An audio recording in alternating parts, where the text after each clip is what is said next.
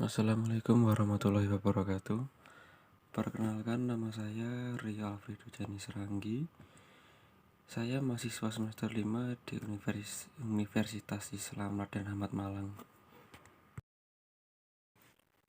Jadi pada kesempatan kali ini saya akan menjelaskan tentang pengembangan sistem informasi akuntansi yang telah saya pelajari dari mata kuliah Desain dan Manajemen Sistem Informasi Akuntansi.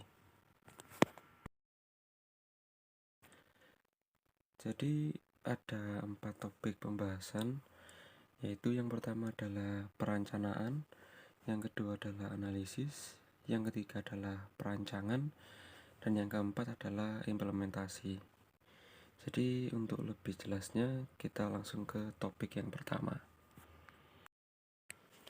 Jadi yang pertama adalah perencanaan, itu dimana dalam tahap ini pengembang sistem melakukan perencanaan mengenai SIA atau sistem informasi akademik yang akan dibuat. Seberapa besar perubahan yang harus dibuat dari sistem awal, infrastruktur apa saja yang dibutuhkan, berapa besar cost atau pengembangan dan benefit yang nantinya akan dihasilkan. Hasil akhir dari tahap perencanaan ini adalah proposal proyek atau dokumen perencanaan dari proyek tersebut. Tanpa perencanaan keseluruhan, sistem informasi yang akan dikembangkan hanya akan seperti motif abstrak saja dalam sebuah jahitan kain perca. Rencana keseluruhan perlu mendapat kepastian untuk mencapai tujuan berikut. Yang pertama adalah sumber daya yang dimiliki akan ditujukan untuk subsistem yang paling membutuhkan sumber daya tersebut. Yang kedua adalah proses publikasi dan upaya yang sia-sia akan diminimalkan. Lalu yang ketiga adalah pengembangan strategi dalam organisasi akan konsisten dengan keseluruhan rencana strategis organisasi. Lalu perencanaan sistem ini meliputi beberapa tahap, yaitu yang pertama adalah mendiskusikan dan merencanakannya bersama-sama dengan manajemen puncak, lalu menetapkan sebuah dewan penasihat bagi perencanaan sistem. Yang ketiga adalah menetapkan keseluruhan tujuan dan kendala informasi strategis, mengembangkan sebuah rencana sistem informasi yang strategis, mengidentifikasi dan menetapkan prioritas bagian-bagian wilayah tertentu dalam organisasi untuk menjadi fokus pengembangan sistem. Selanjutnya adalah membuat proposal sistem yang akan berperan sebagai landasan analisis dan desain awal bagi subsistem tertentu yang akan dikembangkan. Lalu yang terakhir adalah membentuk sebuah tim yang terdiri dari berbagai individu yang akan bekerja dalam proses dan desain awal.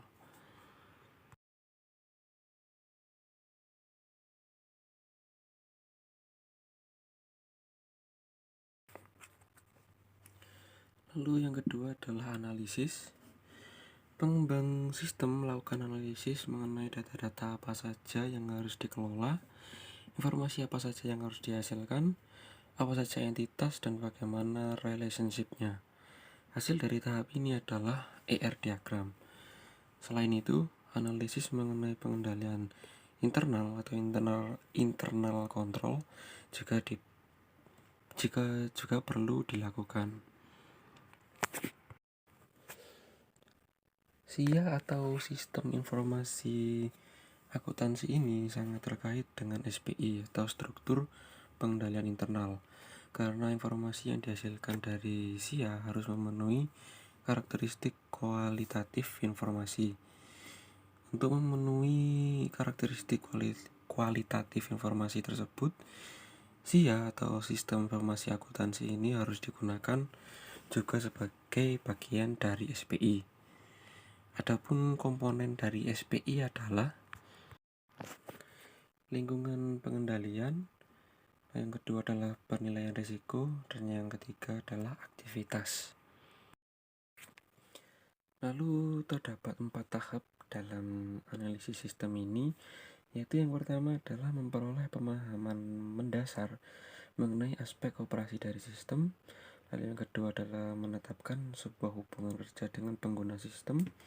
Yang ketiga adalah mengumpulkan data-data penting yang berguna untuk pengembangan desain sistem. Dan yang keempat adalah mengidentifikasi permasalahan-permasalahan khusus yang membutuhkan lebih banyak perhatian dalam upaya desain sistem tersebut.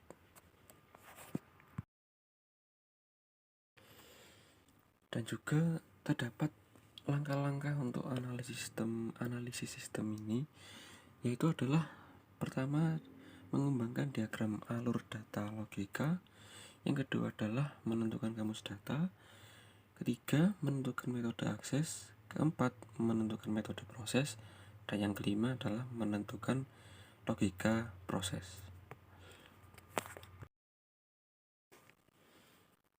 Materi yang ketiga adalah perancangan atau desain. Dalam tahap ini, pengembang sistem merancang SIA atau sistem informasi akuntansi dalam DBMS atau Database Management System.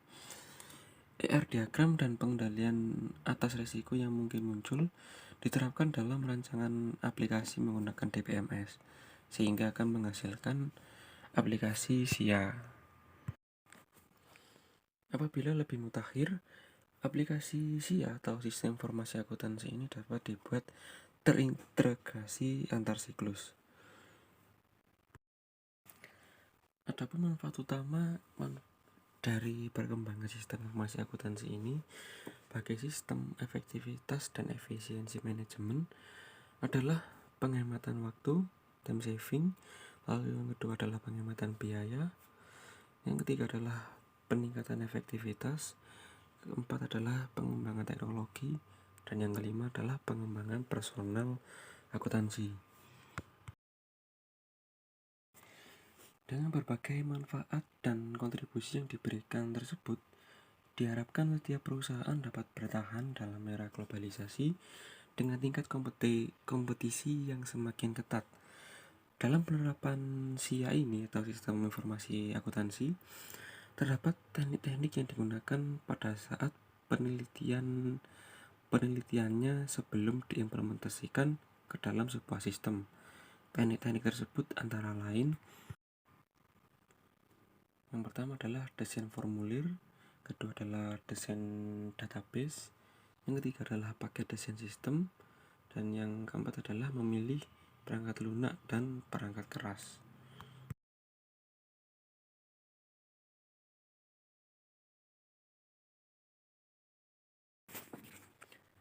Lalu materi yang keempat adalah implementasi.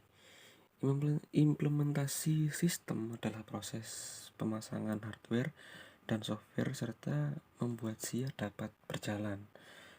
Proses ini terdiri dari pengembangan rencana, lalu pengembangan dan pengujian software, mempersiapkan lokasi, memasang dan menguji hardware, memilih dan melatih personal, dan mengembangkan dokumentasi serta menguji sistem tersebut. Pasca implementasi atau post implementation, dalam tahap ini sistem yang sudah diterapkan diperiksa secara berkala, bugs yang muncul dibenahi, lalu dengan pemutahiran field dalam tabel dilakukan jika terdapat transaksi atau data baru atau pengelolaan konsistensi data. Terdapat 3 tahapan dalam implementasi sistem ini, yaitu yang pertama membuat rencana dan pengendalian untuk implementasi. Dalam membuat rencana dan untuk implementasi ini terdapat bagian-bagian, yaitu pertama menguraikan proyek ke berbagai tahapan, lalu yang kedua adalah anggaran khusus yang dapat diaplikasikan di setiap tahap, lalu yang ketiga adalah waktu pelaksanaan tertentu yang dapat diaplikasikan di setiap tahap proyek. Lalu yang kedua adalah melakukan aktivitas implementasi, di mana dalam melakukan aktivitas implementasi ini, yang pertama adalah pelatihan karyawan, lalu yang kedua adalah mendapatkan dan memasang komputer baru, ketiga adalah rincian desain sistem, keempat konversi file, dan yang kelima adalah operasi pengujian.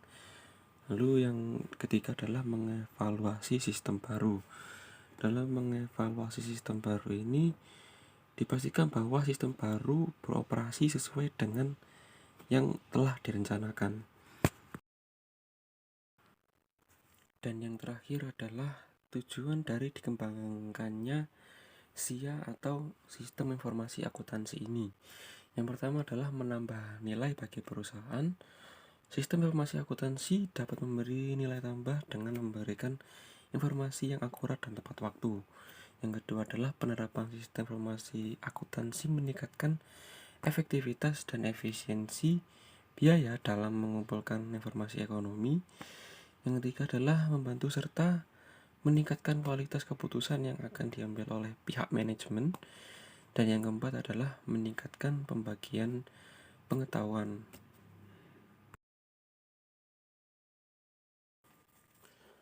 Baik, itu tadi adalah penjelasan singkat saya tentang pengembangan sistem informasi akuntansi. Jika ada kekurangan atau penjelasan saya yang sulit dipahami atau kurang tepat, saya mohon maaf. Terima kasih telah menyimak sampai akhir. Assalamualaikum warahmatullahi wabarakatuh.